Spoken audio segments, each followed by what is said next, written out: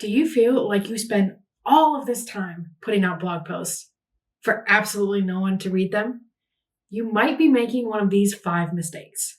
Hey, I'm Jessie from Inkpot Creative, and our studio helps photographers just like you grow sustainably through SEO blogging. And by the end of this video, you'll know 5 reasons why people aren't actually reading the posts that you're writing. And remember, if you don't want to deal with blogging at all, we do have a done-for-you blogging service that will leave information in the link below.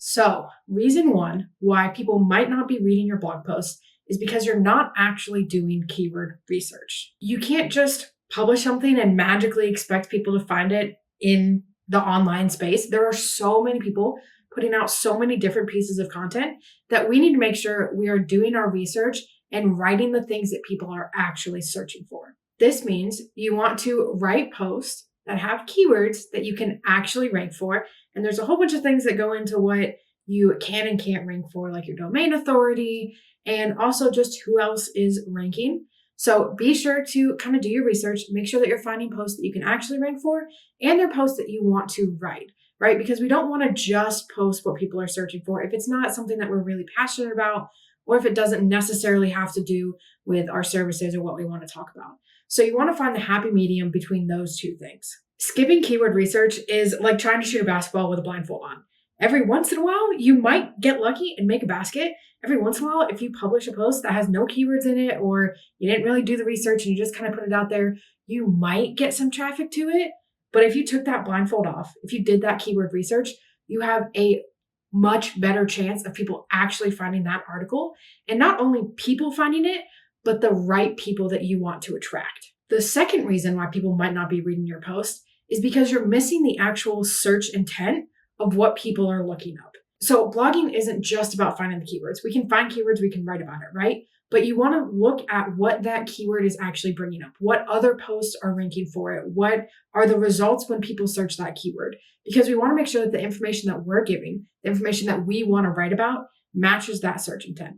Now, there's a really great example that we like to use in the travel space. So if you are looking at going to a new city, so say we're going to Denver, Colorado. If you look up where to stay in Denver, Colorado and hotels to stay at in Denver, Colorado, you're going to get 2 completely different results. So where to stay is going to give you the different neighborhoods, right? It might give you Lodo or Rhino or any of the other neighborhoods around Denver, right? So where to stay in Denver, you're going to get the different neighborhoods in Denver. But if you look at best hotels to stay in Denver, that's going to give you the actual hotels, their names, regardless of what it is. It's going to give you different areas and the best hotels in those areas, right? So when we're looking at it, we want to look at the search intent, what people are actually searching for, and make sure that we are writing the right articles. Because that's a very small difference. Where to stay and what hotels feel connected. It feels like you could write either one, right? But we want to make sure that we're actually writing the right article. Reason number 3 why people are not reading your articles. You are talking too much about your clients. Now, I want to preface this by saying this doesn't mean you can't talk about your clients at all, right? Stories are a way that we can connect people. We can show them, if we're talking about a wedding day, we can help people picture themselves on their wedding day, right? And get that emotional connection, feel that pull, kind of really connect with what you're talking about. However, that story should not be the entire premise of the article. As much as you might have loved working with Liz and Nina, and they would have had the most beautiful wedding in the world, other people aren't necessarily going to care that much about 2 people that they have never met before, right? They, on the other hand, might be looking for things like the venue that they got married in, or the specific theme that they had, or whatever it might be. So when we're structuring these articles, we want to find something about the wedding, whether it's the venue, like I said, the theme, anything special that they did, if it was unique or non-traditional, or whatever it might be. And that is what we want to focus the article on. So if we take a venue example, we can talk about Liz and Nina's wedding at the, X wedding venue in Las Vegas. We want to focus on that wedding venue. We want to talk about the venue. We want to talk about the different areas around the venue. We want to make our keyword the venue. All of those things are going to attract people who are looking to have a similar wedding at a similar place. And then at the end, we can talk about Liz and Nina's wedding at this venue. So we can say where they got where they had their ceremony. We can talk about where they got ready. We can talk about where their reception was, anything special, all of those little things that help people picture a real wedding there. And then we're going to supplement all of that with our incredible photos from that wedding, right? So we want to make sure that we're giving them the information, we're giving them the things that they want to know, and then we're kind of showing what it can look like in real life. Have you made any of these mistakes so far? Drop it down in the comments. Reason number 4 why people are not reading your blog post. You are not answering the question fast enough. So is there anything more frustrating than, let's say you're trying to look up a food recipe, right? You go on a food blog, you find it, you click on it, you're like, those look great. I'm going to look at this recipe. And then you have to scroll through 47 paragraphs of the history of the pan that the person used. And you're just like, okay, that's great. I just want to know what ingredients I need for my brownies. I don't really care about all of this.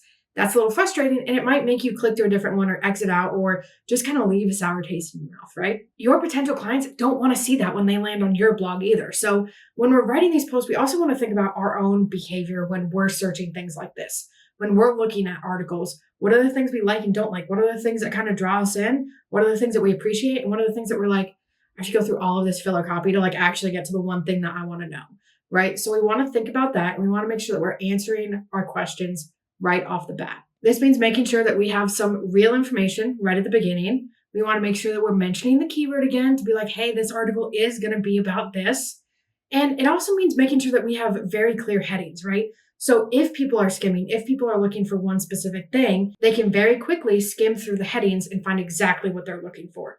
But we don't want to make them kind of go through and dig through a whole bunch of things to find their answer. Speaking of digging through a whole bunch of things to actually find what they're looking for, the 5th reason why people might not be reading your blogs is because you have too many photos in them. And I know as a photographer, it's really hard to hear that there is too many photos, but there is a point where it's just too much. You don't want to make it so people are scrolling and scrolling and scrolling and scrolling before they actually hit any of the content, right? And especially if we're breaking up our content with photos, we don't want to have so many in there that people are like, is there anything else? Or are we just looking at photos now? We want to make sure that it's very clear. We have all the content that they need and we supplement it with photos, but it doesn't make it hard to actually read what we want to read, find the information that we want to find. And part of this is also thinking about what the experience is going to be like on mobile. So when we think about if we're putting a gallery together for our blog post and we want to put some under different headings, a gallery of 12 images might only take, 3, maybe 4 little blocks on desktop, but that's going to take probably 6 blocks of content on mobile. So people are going to be scrolling and scrolling and scrolling. We don't want to make it so that they question if there's any more, or they question if it's even worth it to keep going because they're like, I have to keep scrolling. Like, this is so much scrolling. I just want to know why this venue is great or the best places to go or whatever it might be, right? So we don't want it to be too overwhelming to the point where they can't actually find the content. And we also want to make sure that we have enough content in it. We don't want to put a blog post out that's maybe 200 words, mentions very briefly where someone got married, and then it's just, 150 photos. That doesn't, again, going back to that search intent, it doesn't really answer the question. So we want to make sure that we're putting valuable information in there. We don't need to feel like we have to gatekeep everything, because what this is going to do is it's going to position you as the expert, and it's going to build out trust and confidence before you ever meet these people, right? And that's what we want to do. So we want to have that information in there. We want to make it easy to find. We can break it up with photos, especially if we can pull photos for specific things that we're talking about. So if you're talking about different spaces around the venue and you have different pictures for, the getting ready space and the ceremony space and the cocktail hour space and the reception space, whatever it might be, put those photos when you're talking about it so people get that visualization right along with it.